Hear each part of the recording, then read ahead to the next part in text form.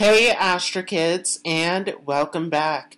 And this is your 2023 horoscope using Vedic astrology.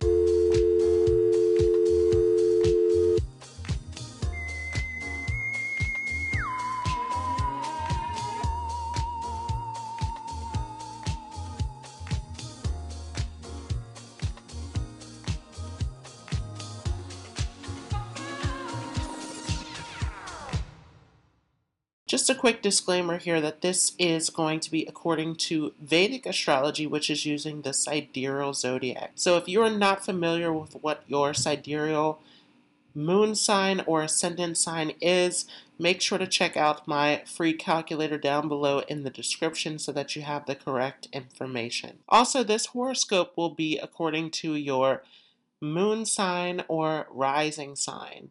So this is not according to your sun sign, as the rising sign and the moon sign are mapping out your life. In particular, the rising sign is mapping out the lessons and experiences that you are going through, where the moon is mapping out your life according to how you are perceiving it, how it is happening within your mind, how it is making you feel internally. So these are the most important points to read your chart from. If you want to go deeper to understand how your chart actually plays out for you, actually getting into the planets, how they're aspecting one another, different transits, how they're impacting your life, the dasha periods that you're going through, all of these different factors, make sure to check out my brand new website where you can book an appointment with me. So, stepping into 2023, we will see a lot of major changes happen. But in particular, as we are coming into January, we will see Saturn shifting its position. So we've been in this 2.5 year cycle now of Saturn and Capricorn. But Saturn will be stepping into its Mulatrikon sign of Aquarius. And this is a very powerful position. Throughout most of 2022, we're going to see Jupiter in the sign of Aries as well. And as we come towards the end of 2023, we're going to see Rahu shifting into Pisces and Ketu shifting into Virgo. We'll see that on October 30th, so more towards the end of the year. But we're going to have some major changes as Jupiter comes into Aries here in April and as Saturn is coming into Aquarius at the beginning of the year. So this is a huge year that is all about moving ahead, all about making some major changes and decisions, about having the confidence to go for what you want. We are going to see Saturn for the majority of this year in the nakshatra of Shatabisha. So Shatabisha is a nakshatra that is very mysterious, that is very much about science and mystery and exploration. It is a very intellectual nakshatra that likes to learn, that likes to delve into the mysteries. So this is a great time for anyone who is into research, anyone who is wanting to learn, wanting to get into their studies.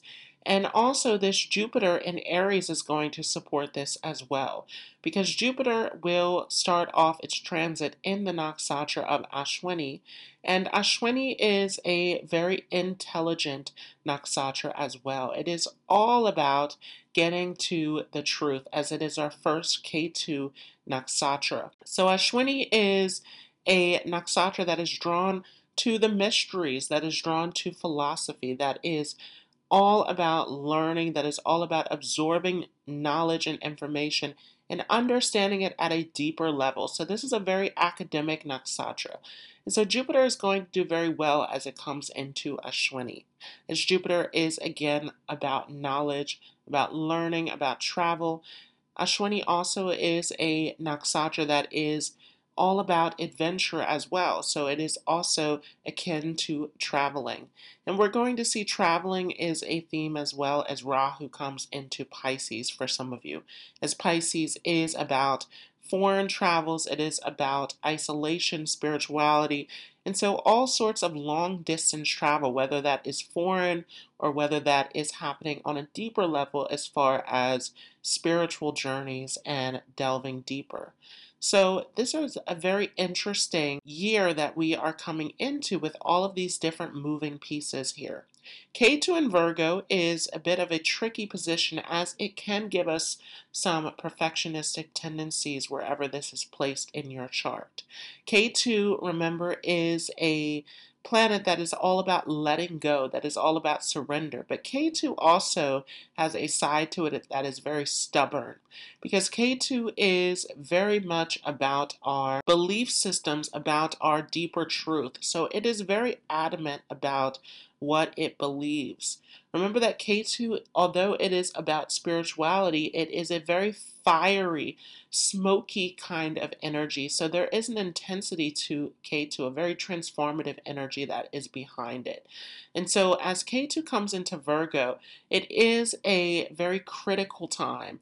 It is about perfection, it is about details. And we can see some difficulties related to health as well. There's a lot around health as we're seeing Jupiter coming into Ashwini, which is health related. We're also going to see Rahu in Ashwini as we come into this next year as well, as we're finishing out this transit of Rahu in Aries. And then, of course, we have Saturn that's going to move into Shatabisha, which is also related to complicated illnesses and miracle healing. And so there is a lot that is centered around health, that is centered around healing, that is centered around natural medicines that can come up during this year as well. There can be a lot of war, and we are going to see Rahu coming into a conjunction with Jupiter as well. And so Rahu and Jupiter together is creating a very interesting yoga where we are going to see some explosive energies coming in here. Remember that Rahu is very obsessive. It blows everything up. And Jupiter is a very expansive planet. And we have it in this fiery sign of Aries. So this is going to be a very interesting energy that is all about risk taking, that is all about being daring, courageous, bold, going for what you want. But you want to be careful with that Rahu influence in there, as Jupiter and Aries can give us a great deal of luck and success around our achievements, as Aries is all about that willpower, that strength, that determination, that originality, that ability to pioneer and trend set. But Rahu is a planet that is very unstable, that can get us into some difficulties.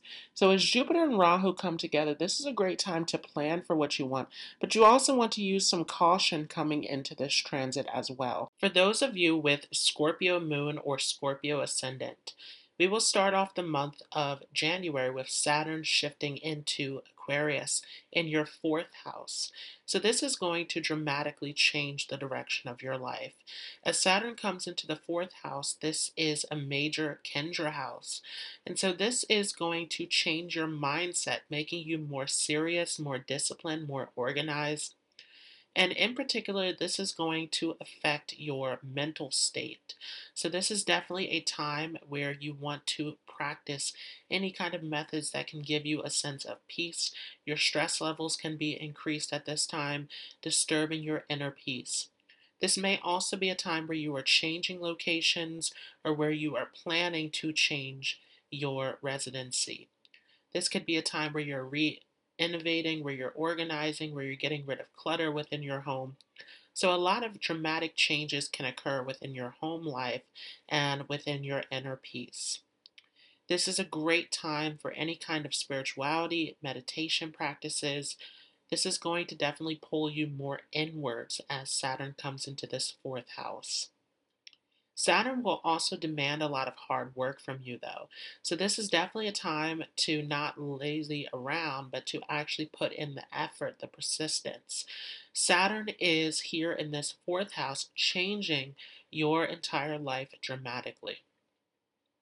This can bring up some health concerns also, so you want to make sure that you're paying very close attention to your diet, your exercise, your medication, making sure you're getting regular checkups with the doctor. Saturn can create some issues in this area.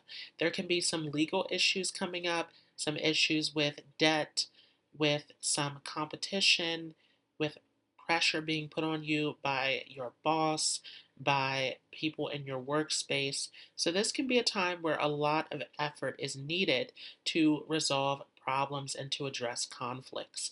But this is excellent for you. It gives you the strength, the resiliency, the seriousness to approach these areas.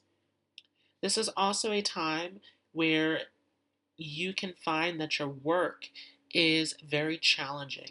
And so this could feel like an uphill battle in your career where there's a lot of pressure, a lot of demands being put on you. This could be a time where you earn some kind of promotion where this is giving you more responsibility. This also, though, could be a time where you're feeling a bit distant from your career. You're wanting to step down, some of you.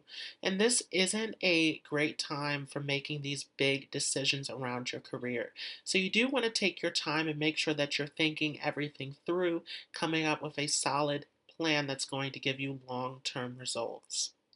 This is a time to stick it out, to put in the effort, to put in the discipline, to make that effort towards your career area. And you will see some slow changes begin to happen in your career area. Again, if you're going to change career, this is a time to take your time and to really plan it out. Saturn moves slowly, remember, and this is a time where your career can also take you to a brand new location. So again, relating back to that fourth house, there can be some kind of move or reorganizing your life in some capacity in your home area. This is definitely going to be a time where this can dramatically affect your personality because this is going to aspect with its 10th aspect back onto your first house. So again, this can make you more introverted, more withdrawn, more serious, hardworking, organized. You're more focused at this time, and you can see some delays. Once again, things happening slowly, demanding more discipline, more effort from you, more persistence. This is a time to be patient, to not rush things. You may find that you're running into a lot of obstacles, but they can work themselves out, especially as Saturn is controlling your third house. This is going to grow with time.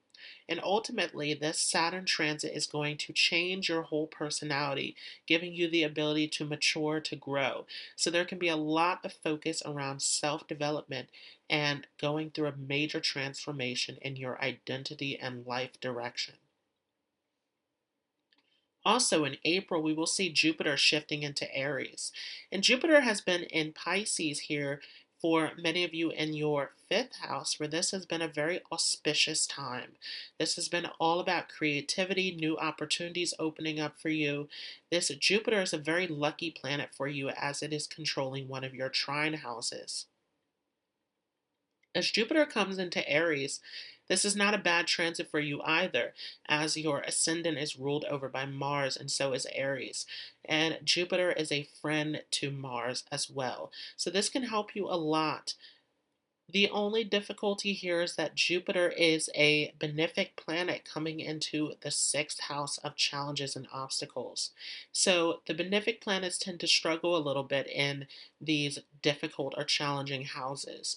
And so Jupiter coming into the sixth house could make you a little bit lazy in your diet, in your routine. This can be a time where you want to pay attention again to your overall health, making sure you're getting the proper checkups, making sure that you're looking after your health and your diet. This can be a time of overindulgence, especially around sweets. So you want to be very cautious about what you're taking into your body.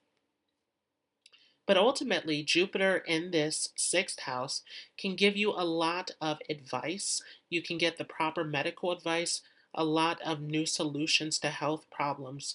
So ultimately, knowledge is going to help you in this area. Jupiter is here to give you the insight and the wisdom that is needed to deal with these areas. This can also get you some advice around your financial issues, around any legal issues that you come into. Jupiter in this sixth house can get you the right advice, the right gurus, the right teachers, everyone coming into your life giving you the proper counsel in various areas of your life. So this can help you in this way.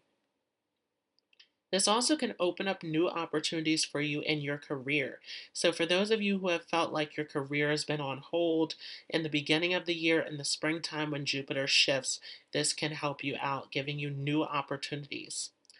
Remember that There's a lot of responsibility at this time, though. So, any new opportunities opening up for you are going to demand that you are putting more focus, more effort into your career life, that you're actually putting in the work. This can definitely be a time where you get a promotion, where you are putting more responsibility on yourself, where people are coming for more support. Your boss is looking for you to step up in these areas. So, this can demand a lot from you. This is also a time where you have to be more proactive about moving up in your career. So, if you're looking for changes, if you're looking for growth, this is a time to start to put in the effort, to put in the actions to make this happen. You have to grab these opportunities as they come. This is also a time to have faith in this area, as a lot of these opportunities, again, are going to demand a lot from you. So, this is a time of believing in yourself, of being confident in your ability to take on these responsibilities. This can also be a time where this is excellent for your spiritual studies. This can be a time where you're getting very interested in traveling long distance and any kind of meditation or spiritual practices. And this can be excellent for your health. This can help you a lot, getting into some quiet, into some peace of mind, incorporating different practices that can help you. This can also expand your creativity, especially with Jupiter ruling over your fifth house and this aspect over to the 12th house, expanding your imagination. So, this is excellent for any kind of new ideas, ingenious solutions around money making. This can also give you some guidance through your dreams. So, this can be an excellent time for having a dream journal for some of you.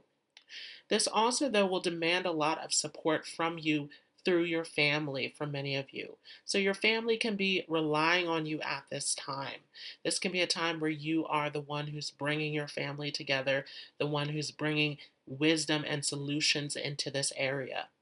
And especially when it comes to children, this can be a time where your children demand a lot of you for some of you. Due to Jupiter being in this sixth house, aspecting over to the 12th house, this is also a time where helping others, helping animals, doing charity, any kind of support for other people can increase your luck. So, this becomes very auspicious for those of you who are becoming more service oriented, who are really showing more compassion and generosity to others. Rahu is going to shift back into Pisces at the end of October. So before this, Rahu will continue its transit in Aries in that sixth house. And this is also supporting you in overcoming obstacles in your life and rearranging, decluttering, making sure that everything is in order. So this Rahu transit here in this sixth house is helping you to straighten things out in your life. And this is excellent moving forward, as this is going to be a big year about being responsible and restructuring your life. Rahu in the sixth house could have brought you some unexpected illnesses, some health concerns, but also giving you the solutions to overcome those illnesses as well. And of course, K2 back in that 12th house, opening up your spiritual life, your dream life. This can be excellent for some of you who are incorporating spiritual practices into your daily life. But as Rahu moves back into Pisces, it will come into your fifth house, and this will be a time where this will dramatically change things for you. This can be a time where you're more confident, more bold, more daring, where you are more about risk taking. You do want to be cautious, though, about any kind of gambling speculation. Remember that Rahu is illusion, so there can be some ups and downs in these areas, some unexpected losses when you're getting too much into risk taking. This can be an excellent time for ingenious business ideas, for different creative pursuits. Some of you getting into entrepreneurship or stepping down from a career, getting self employed. Rahu gives you a lot of creative ideas about what you want to do at this time. This could also be a time where you are more self oriented.